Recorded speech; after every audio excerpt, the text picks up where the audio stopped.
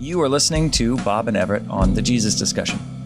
Now, you may have noticed that we're not trying to sell ourselves to you based on some fancy curriculum vitae, CV, resume, list of accomplishments, publications, or degrees, even though we might be able to. And this is because we're not trying to sell ourselves to you, but instead to have a reasonable discussion, one that empowers you, the listener, to think for yourself and investigate what we claim. If you find that you want to discuss a certain point, challenge some information, or explore a certain claim from this podcast, head over to soundcloud.com, The Jesus Discussion. That's soundcloud.com, The Jesus Discussion, and leave your comment. Or you can go to gab.com and find the Jesus Discussion profile or the Gab group, The Jesus Discussion, and begin a dialogue with us. Our aim in discussion is to fully understand each other and then work to further investigate these ancient writings together. Thanks again for listening. Now let's continue with the ancient writing of Mark. Welcome back to the Jesus Discussion. Thanks for joining us. You know, if you'd like to ask a question, you can send a question to questions@thejesusdiscussion.com, and we'll be sure to answer, whatever question you have. And, I mentioned in our first podcast that I grew up within Christianity, and I didn't always have the greatest time when I had a question.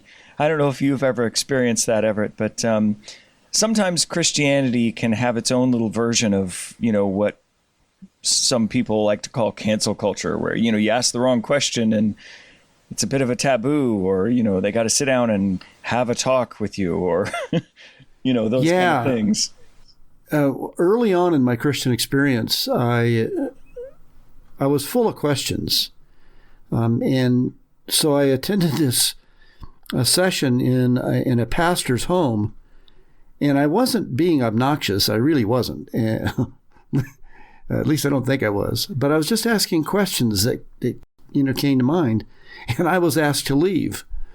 So yeah, I have experienced that, and I hate it when people try to shut down discussion because they're uncomfortable with the subject.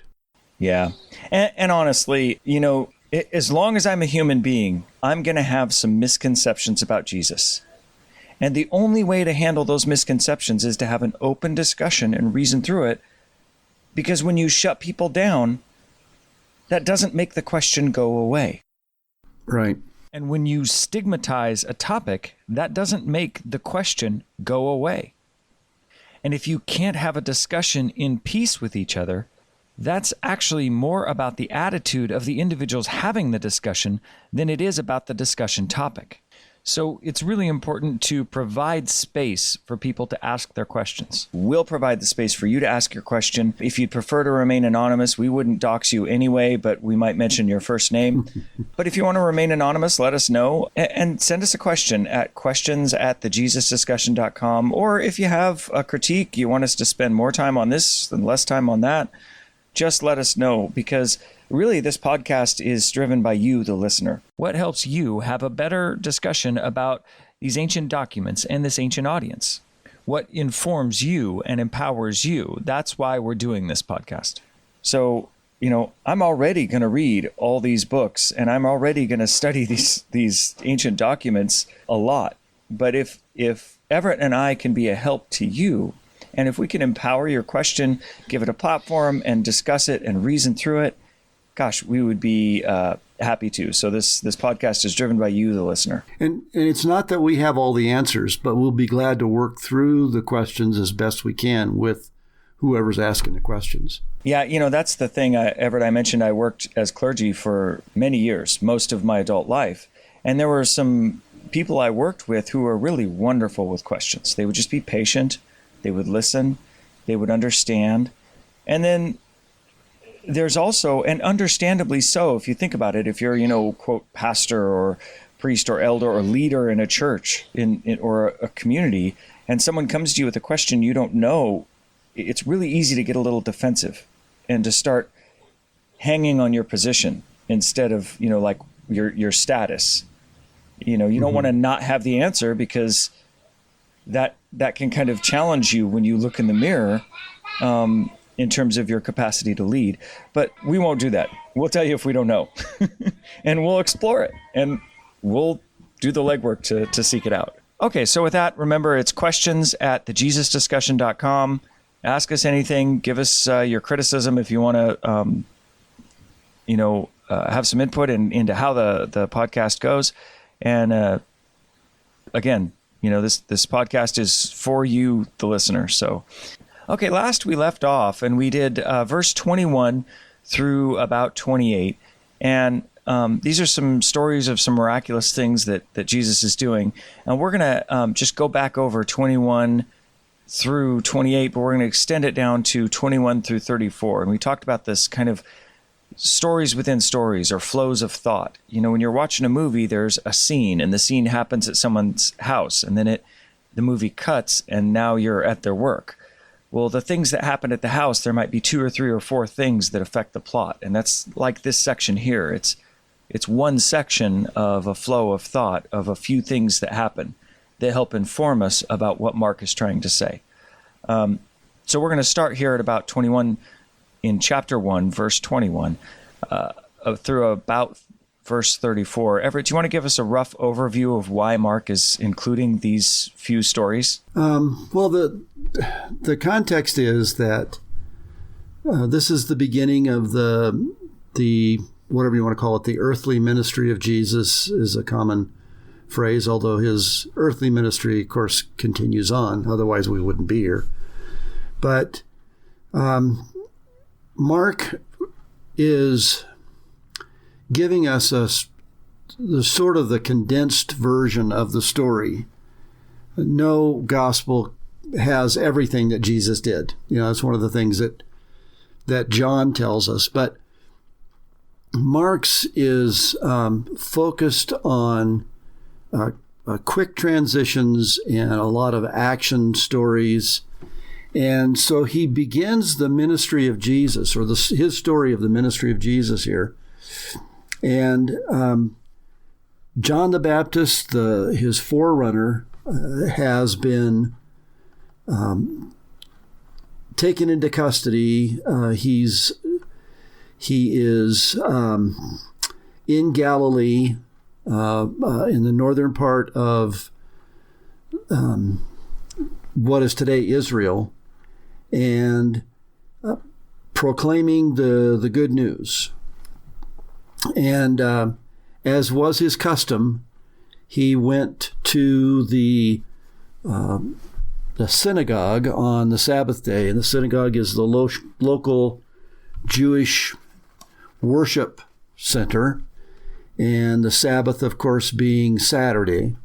And he entered the synagogue in verse 21 and is teaching. And there are a couple of things that we note about this initial teaching story.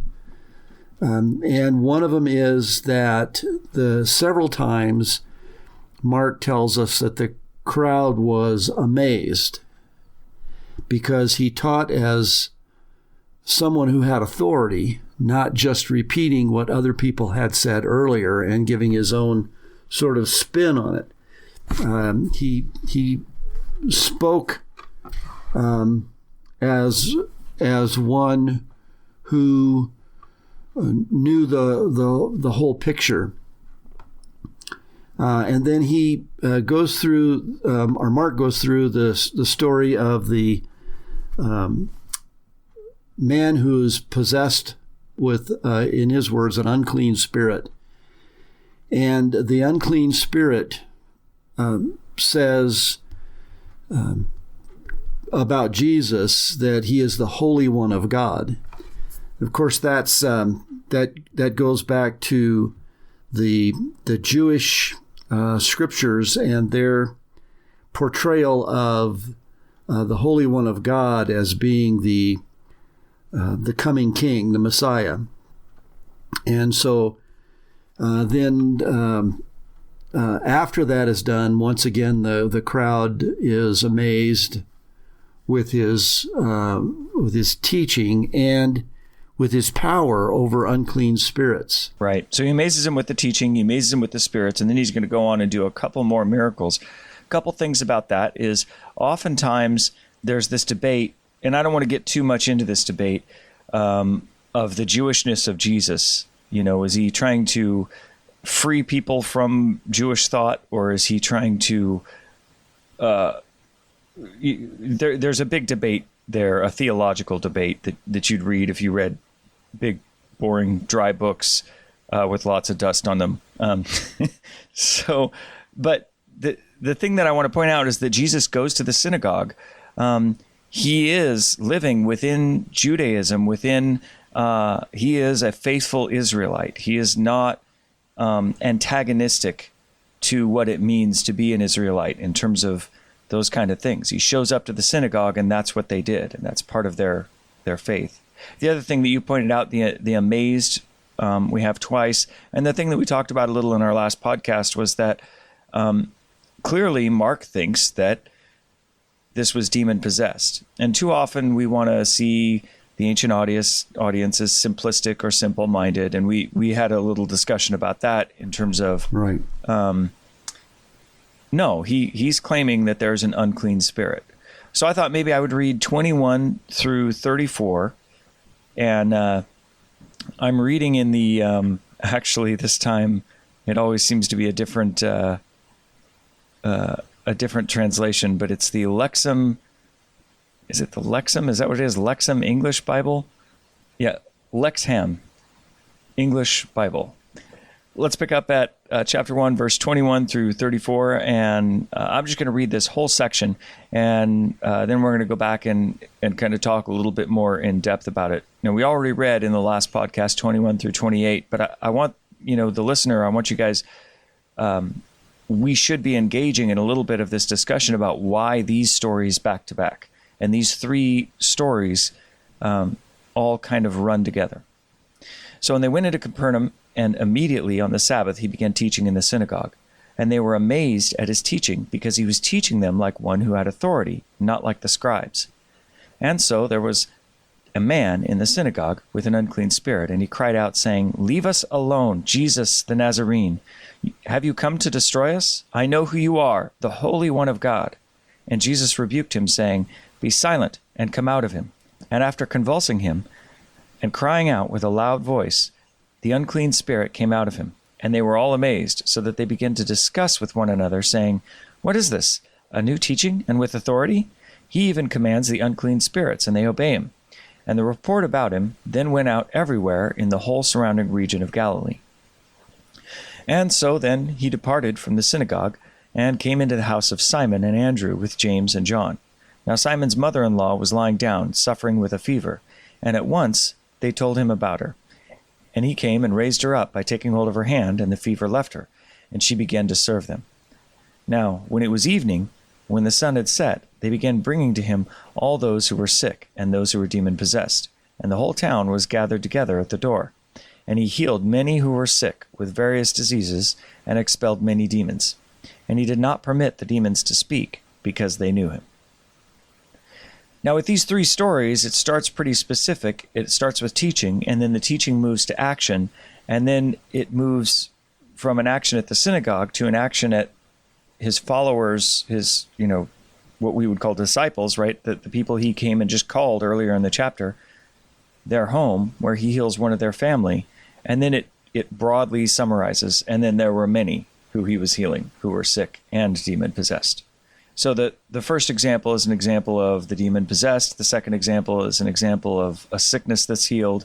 And then broadly speaking, Mark just says, yes, and there was a bunch of this that happened. And the whole town gathered at the door, and he healed many. He combines the two there at the end by saying he healed many and then cast out many demons. So that both of those elements are present there. Right. And so he's talking about, broadly speaking, the power of God, or the power of Jesus here, over both the sick and the demon-possessed, the suffering of the first century. What else would we have to say about, kind of those three stories together as they flow in Mark?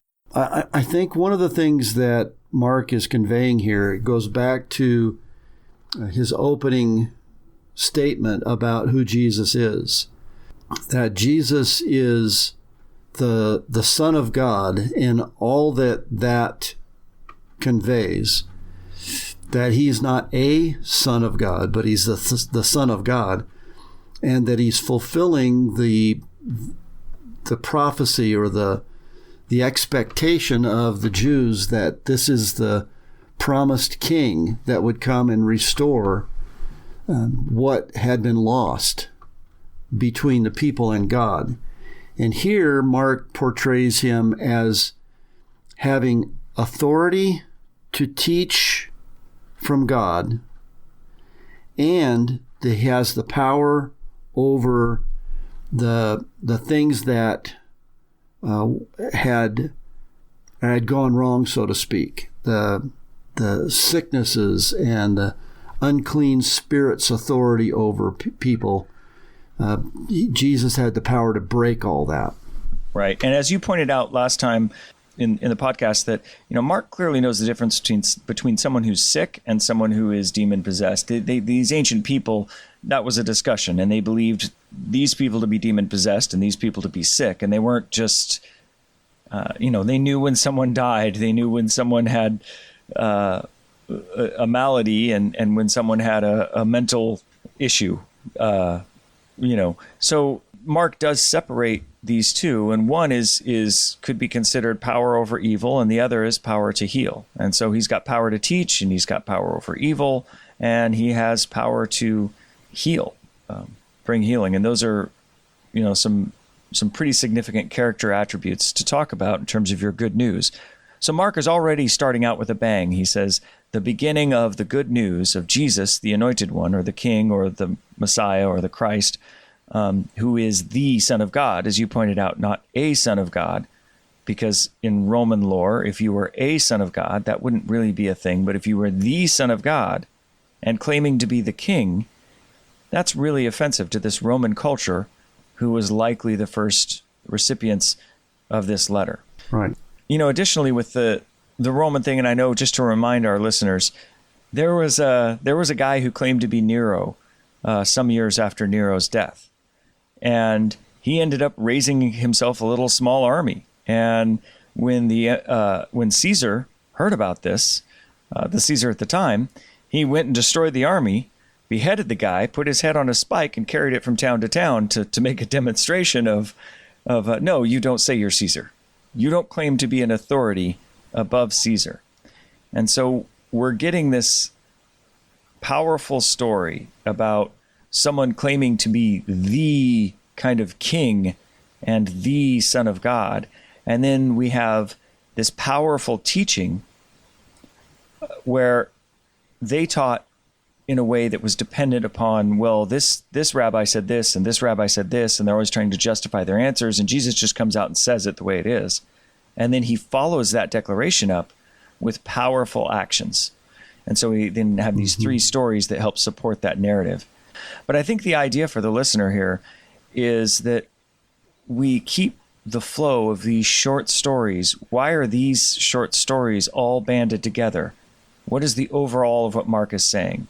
And that's oftentimes, when I engage in discussions about Jesus, too often it's a discussion where someone grabs a verse from this book and a verse from this book and a verse from this book, and then they've built together, they've treated text like it's Legos, and they've just built whatever they wanted to out of it. Mm-hmm. And, the best thing you can do when, if you get maybe I'm too much of a follow the rules guy, but I want to look at the box and see what it's supposed to be, and then I can go figure out where the pieces go. And so when we zoom out and see the bigger picture of Mark, then these little stories can kind of line up. And when you zoom into the details should add up to the bigger story. So kind of working it both ways is a really good way to make your way through the text and really understand what Mark was saying. And that's just where I was going to go, that we have to understand what Mark is saying, apart from what is recorded in Matthew and Luke and John. And I know a lot of people want to find out, well, what are the details that Mark leaves out? Let's fill in the story. Well, if Mark had wanted to do that, he could have.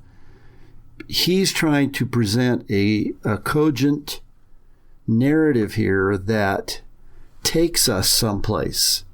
And if we start, looking at other books to try to fill in the narrative to satisfy our curiosity, then we're in danger of missing Mark's actual message. Right. And so this becomes the challenge for the person trying to follow Jesus.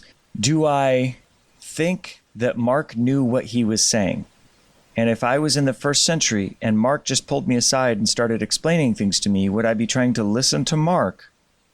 Or would I be trying to listen around Mark for something that Mark wasn't directly saying? And we want to listen to Mark because that's how we, there's a passage we'll get to later where, Jesus says he's not the God of the dead, but he's the God of the living, right? And so, as if you have faith, if you believe in Jesus, then Mark is someone who has eternal life, and showing him respect by listening to what he had to say about Jesus is not a bad thing. And so, I don't know if I'm making that clear for the listener, Everett, but this discussion of how we look at the Bible is such a heated discussion over time. Mm-hmm.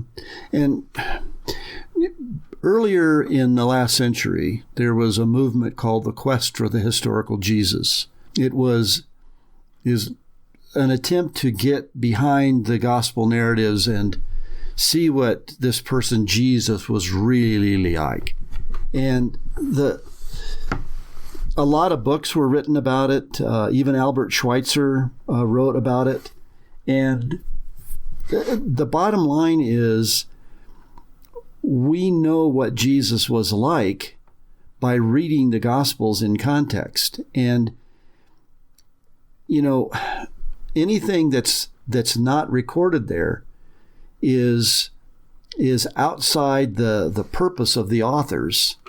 And we want to know all the details. That's why there's all those magazines and those investigative stories on television that, we want to get behind what was this celebrity really like in their private life? What kinds of things did they do? And that's not the message of the Gospels. The message of the Gospels has to be understood in the context of what was delivered to us, and it was given to us that way to draw us to God and to help us grow our faith. And if we try to subvert that, then we're missing something. Yeah, and there is no other collection of writings. The Bible is 66 individual writings that are a collected works. And there is no other either individual writing or collected works anywhere that I can think of where the whole idea behind it is to try and get behind the writing and not read the writing. I mean, no one would open up Romeo and Juliet and try and get behind Romeo and Juliet to hear something that Shakespeare wasn't saying. Its value is to hear the play of Romeo and Juliet. And the more you understand what Shakespeare's saying, the more you understand his socio-political commentary about Fair Verona and what's happening. Yeah, and even, you talk about Romeo and Juliet, if you really want to understand the play, you have to understand not only the context of the place that it occurs and all that, but you have to understand something about Shakespeare's England. Yeah, so that's kind of what we were trying to do, and I know that was probably a bit of a rabbit trail here for our listener, but I just really can't encourage you enough to try and hear Mark for Mark. Respect Mark as someone who was given a job. If you're a person of faith, you would see Mark as someone who was commissioned to write by the, compulsion or impulsion of the Spirit of God. So when we listen to Mark, we actually honor God more than if we try and get around what Mark is trying to say. Right. Okay, so the rabbit trails. In case the listener hasn't noticed, I might be a little ADHD. Maybe. I don't know. You want to go ride bikes? Prove it. All right. So let's pick up at chapter 1, verse 35. And getting up early in the morning, while it was very dark, he departed and went to a desert place, and there he was praying. And Simon and those who were with him searched diligently for him. And they found him and said to him, "Everyone is looking for you." And he said to them, "Let us go elsewhere into the neighboring rural towns, so that I can preach there also, because I have come out for this very reason." And he went into Galilee, preaching in their synagogues and expelling demons. So in this section, Jesus goes away and he's praying. And here we have Simon, or later Peter, right, who is frequently the guy who's trying. He doesn't get what Jesus is about. And so he misses the point. And it's almost as if he's trying to pull him away from what Jesus is actually trying to do. The two are going in opposite directions. Yeah, I mean that's the story of the Christian experience is, getting pulled back into line, and remembering that we follow Jesus, that he doesn't follow us.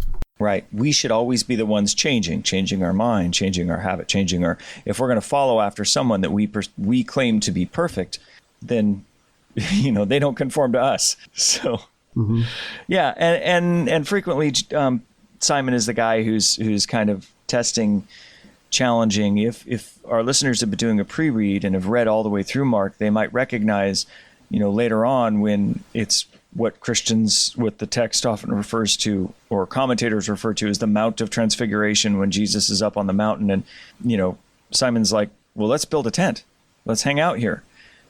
Simon is always trying to distract from the thing where Jesus is headed. And Mark uses him as a literary convention to create that kind of tension between the expectation of what the reader is probably going with Simon. Hey, everyone's searching for you. You've just been doing these miracles. This kind of might be what you're thinking reading. Is like, oh, well, yeah, why aren't you going to do more miracles? And Jesus seems a little indifferent to this in Mark's narrative and says, let's go elsewhere. But everyone's coming here. The first century expectation of the Messiah was that he was going to lead a military rebellion, which would kick the Romans out of Israel and reestablish literally, physically, the throne of David, and restore Israel to its glory without the corrupting influence of the Gentiles. So, Peter's always going to be looking for, as the other disciples are always going to be looking for an opportunity to reveal or to gather a following or something along those lines. And Jesus is he is the Messiah, so he's not going to be directed by somebody else's impression of what the Messiah ought to be. Right. It's like the disciples, these followers, think that what Jesus really needs is, some marketing and organization. Yeah. If we could just straighten him out, boy. Yeah, boy, would he be great. He's just done these miracles. He preaches great. But gosh, we just can't seem to get him along with the vision here. And so where's the headquarters? Simon's like, hey, aren't we doing the thing? Everyone's here. And Jesus is more concerned with going to these rural towns too, which there's he's going to all the villages all around. He's not marching down to where it's happening. That's pretty unique. Let's take one more section here for this episode, and let's go 39 through 45 and kind of get to the end of this chunk. So to recap, we had the opening bold statement about Jesus, the Son of God, and this is his good news, and he is the King or the Messiah. And then we move from that to the quote from Isaiah about a voice of one calling in the wilderness that introduces John, and then John's preaching the good news, hey, repent, the kingdom of heaven is near, and then he's hauled off, and that doesn't look like a good thing, which kind of is foreboding and gives an implication of Jesus, who comes on the scene and says, hey, repent, the kingdom is here. And so that doesn't look like it's going to go well for Jesus either, if John was just hauled off for the same thing. And yet Jesus overcomes in the wilderness this testing, and then he is doing these miracles, and he gathers these followers, and they're like, okay, let's do our thing. You must be the guy. And he says, no, let's go around to the surrounding areas, and I'll I'll do some stuff there in the synagogues. So picking up at verse 39, and he went into Galilee, preaching in their synagogues and expelling demons. And a leper came to him, entreating him, and kneeling down, saying to him, "If you are willing, you are able to make me clean." And becoming angry, he stretched out his hand and touched him, and said to him, "I am willing, be made clean." And immediately the leprosy went away from him, and he was made clean. And warning him sternly, he sent him away at once. He said to him, "See to it that you say nothing to anyone, but go show yourself to the priest, and bring for your cleansing the things which Moses commanded, for a testimony to them." But he went out and began to proclaim it freely, and to spread it abroad the account, so that he was no longer able to enter publicly into a town, but he was staying outside in deserted places, and they were coming to him from all directions. So he's going again to the synagogues, because that's what you do. And he's not rejecting the Jewish faith. No. So he is coming as an Israelite, a Jew, a descendant of Abraham, and he is honoring that tradition. And that's one of the things that you have to recognize about the narrative of Jesus. If you start seeing him as something other than Jewish or trying to break up Judaism, then you might miss what he's actually saying.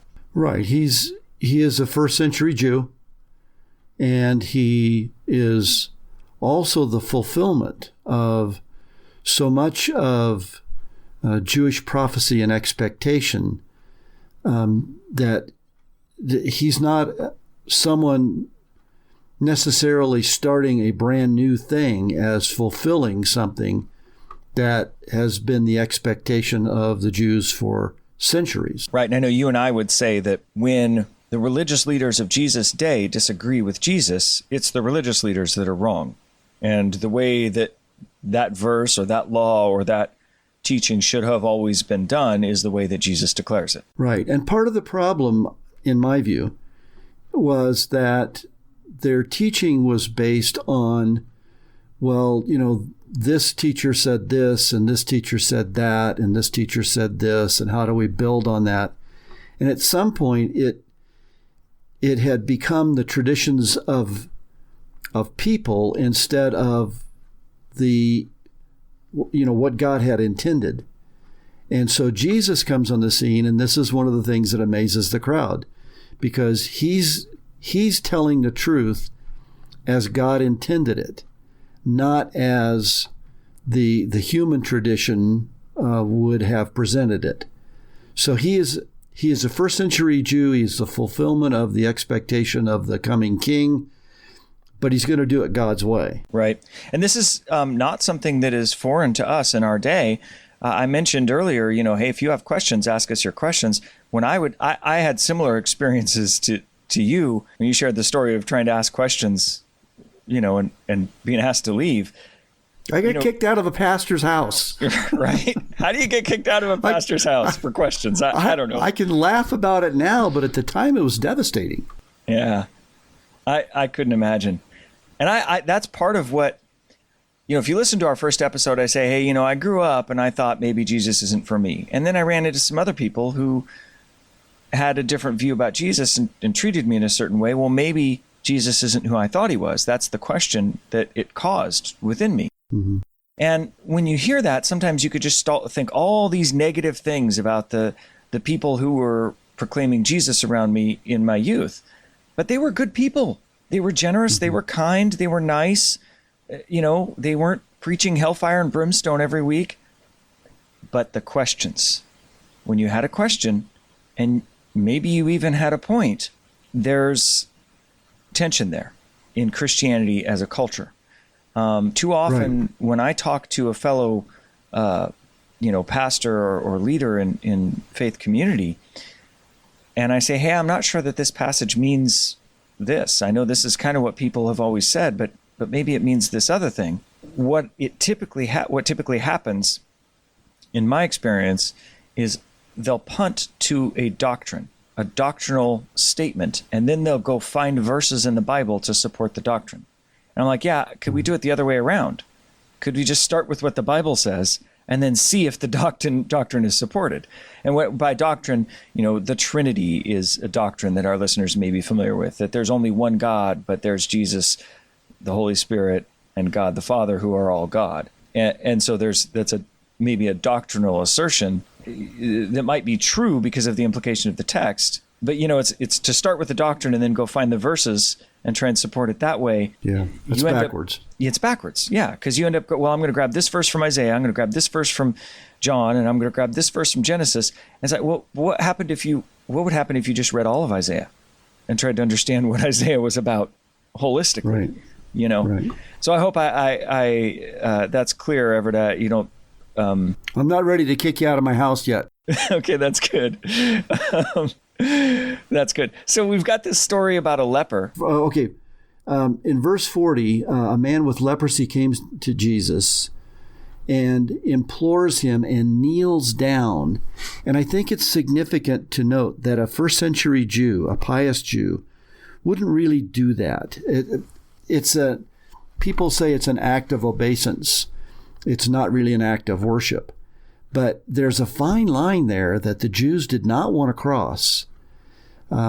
So throughout Mark, you get these little hints that Jesus, being the Son of God, is more than just a really great teacher and a really, to use some of the Christian slang, he was more than just an anointed guy. Yeah. He's occupying a unique position here. Yeah, and that's the Messianic, the kingship, right? And the kneeling down becomes kind of this symbolism of that. Right. Yeah. And he goes on to say, if you are willing, you have the ability to make me clean. And that's really the essence of faith. The essence of faith isn't that I get whatever I want from God. It's that God can do these things, but the sovereignty of God may choose not to. Yeah. It's the faith is the acknowledgement that God can. Yes. And the trust that whatever God does is still worth believing in, is still worth moving forward with. Right. And you think about, it's so funny because, and I do this as well, we life becomes hard or difficult at a time, and gosh, God, why can't you solve my problems? Why can't you do this? But then my heroes of faith, the people I actually admire for their aspiration to follow Jesus, are people like Dietrich Bonhoeffer.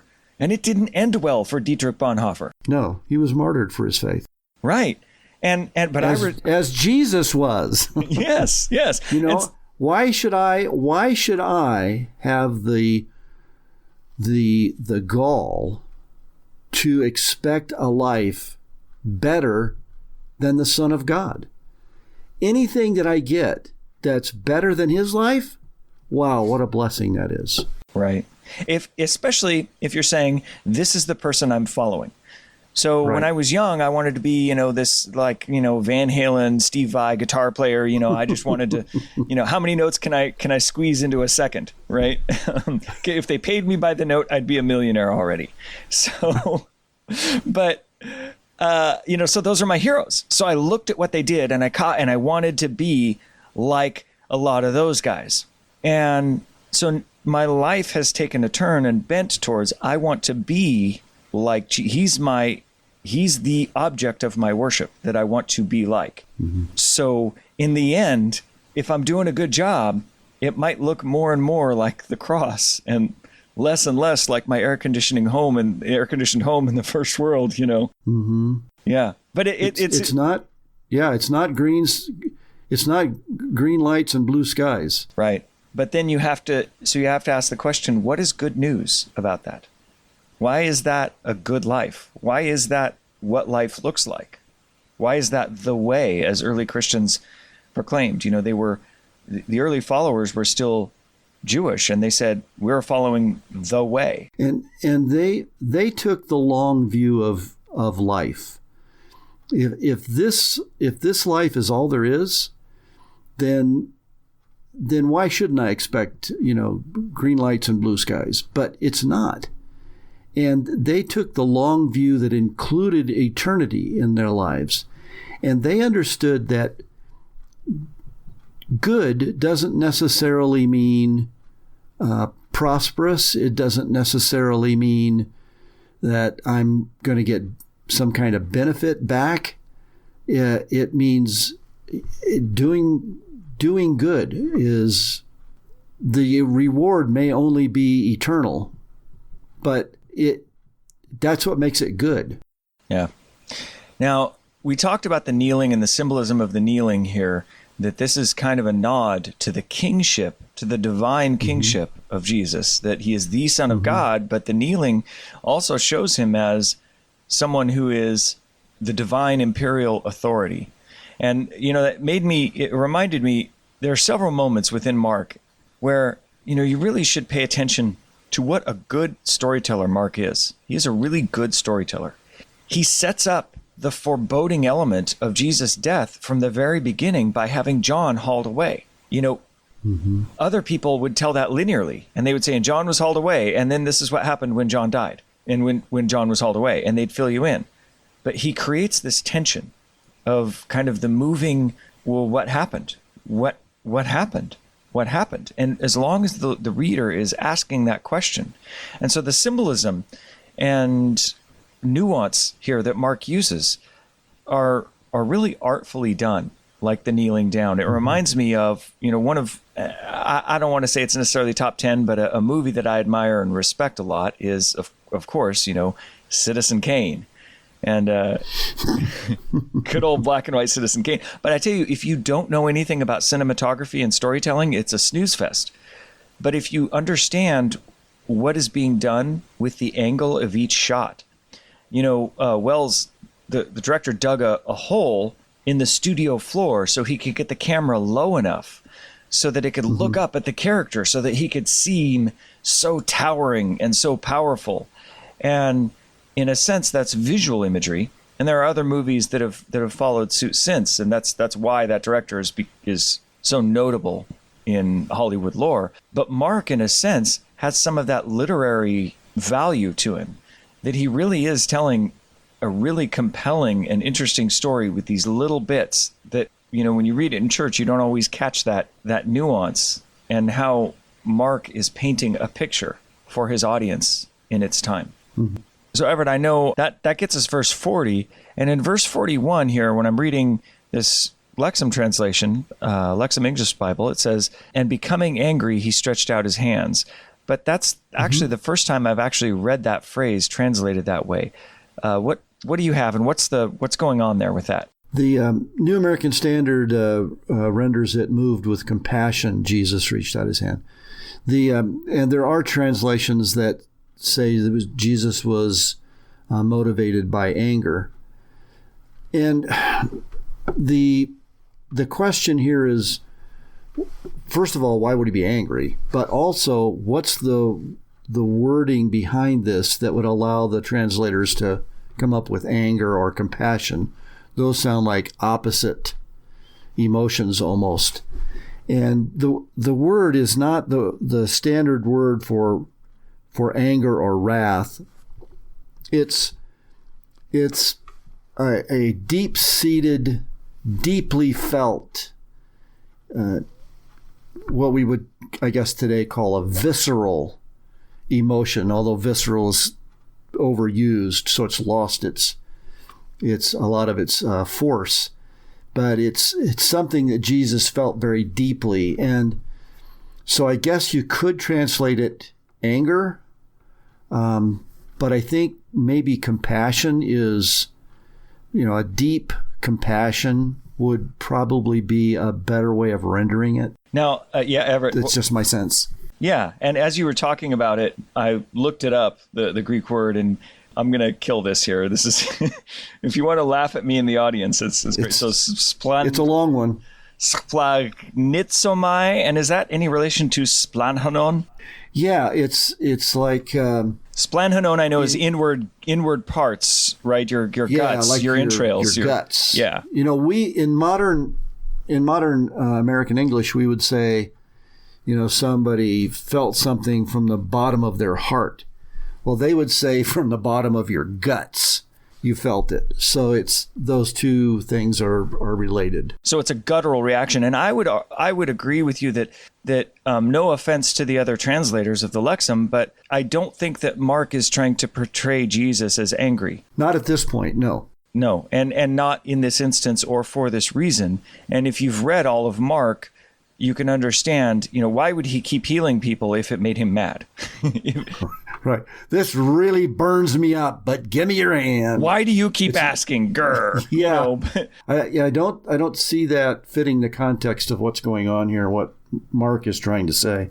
Right. So sometimes you don't even need to know anything about the Greek, but if you look at the whole picture of Jesus, you're like, yeah, I just don't think I'm looking at all these translations, and that's why you would want to pull up a few different translations side by side to see how they differently translate it. You're like, angry, that's funny. I'll bring up another translation, and then with a sense of what the whole book is saying, for example, when the woman who was bleeding touches him later, and he heals her, there's all these different moments that show Jesus' compassion would be a much better rendering. I think so. Yeah. Great. So immediately the leprosy left him, and I'm in the CSB translation now. So immediately the leprosy left him and he was made clean. But this warning then, and we mentioned this phrase, I think last podcast, maybe the podcast before, about the Messianic Secret, and we'll fully explain that a lot more as we go. But that's a little bit more of what's being hinted. And for the reader, if you're reading this for the first time, you might not understand why he's saying keep this a secret. And that's part of Mark's good storytelling. Right. You're like, why? And that's the so-called Messianic Secret. It has nothing to do with the Freemasons. It's the idea that Jesus wanted to keep things, in a sense, under wraps or on the DL, because he's not at this point trying to attract an army that you would expect if you had this humanistic or this human way of looking at what the Messiah or the coming King is going to do. Why wouldn't he want a big crowd? And so it throws you off of that improper perception and helps you realize, wait a minute, something else is going on here. Maybe I've misread the whole idea of what the Messiah is going to do. Yeah. For the Roman reader, they would be expecting him to build an army too. And so then they're thinking, why is he keeping this secret? That doesn't make any sense. And it causes them to read further. Right. So again, like I was talking about, some of your best novels, like some of the best novels ever, they start with things that they don't explain yet. It was the best of times. It was the worst of times. Call me Ishmael. Well, why? Why should I call you Ishmael? Well, you'll have to read the story to get to that point. And that's what Mark does here a lot in this whole first chapter. Is he's being very powerful. He's moving very quickly for his Roman audience, and he's creating interest. But not every paragraph is a theological treatise. And that gets us to the end of chapter 1. And so we'll start up in our next episode in chapter 2. Everett, do you have anything else for this section? No, just getting back to the idea that Jesus was a Jew who was not trying to destroy Judaism, but to fulfill his role as the Jewish king. Because he tells the guy to go show himself to the priest and offer the sacrifice that Moses commanded. And so, yes, this is the Messianic Secret, but he says, you want to go fulfill what the Old Testament commands of you, and you want to continue to be faithful in all that. That's a great point, Everett. And so when I talk about the narrative leading of Mark and how he's telling a good story, he's not making it up. He's just choosing what to tell you in order to compel the reader through the story to get to the end to make it interesting. Mark's going someplace with this story. It's not a bunch of isolated incidents that he's just throwing out there. He's trying to take us someplace with his narrative in the all of the chapters and that Mark is writing. He's leading us somewhere.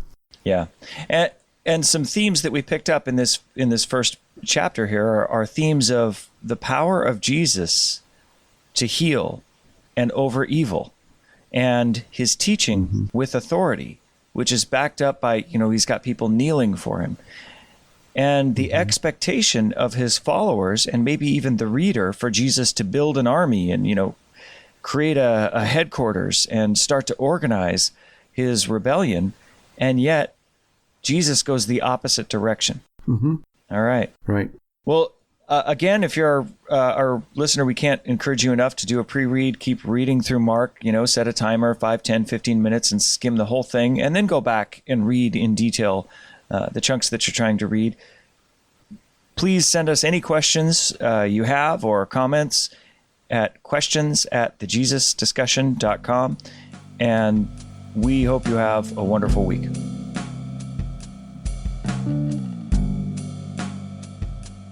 You have just been listening to The Jesus Discussion. You can subscribe to The Jesus Discussion at soundcloud.com, The Jesus Discussion, or on Podbean at thejesusdiscussion.podbean.com. You can find all of the ways to catch up on The Jesus Discussion at thejesusdiscussion.com. Thank you again for listening, and we hope that your day is truly a great one.